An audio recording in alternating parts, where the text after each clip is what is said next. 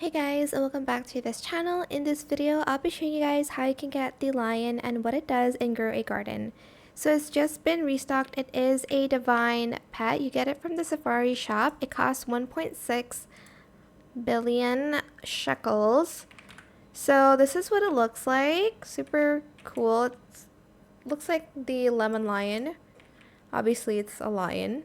Its abilities: Lion Call occasionally roars and shares advanced cooldown across all pets and calls them to the lion.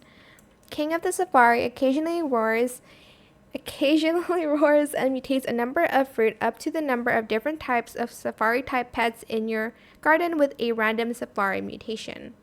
So if you want this to work like the King of the Safari one, make sure you have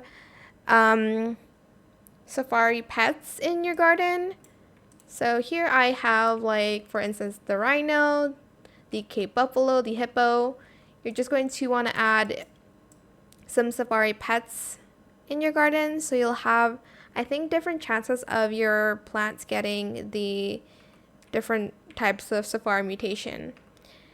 And yeah, that is pretty much it, really. I hope it was helpful for you guys. Don't forget to like, comment, share, and also subscribe to this channel if you haven't done that already.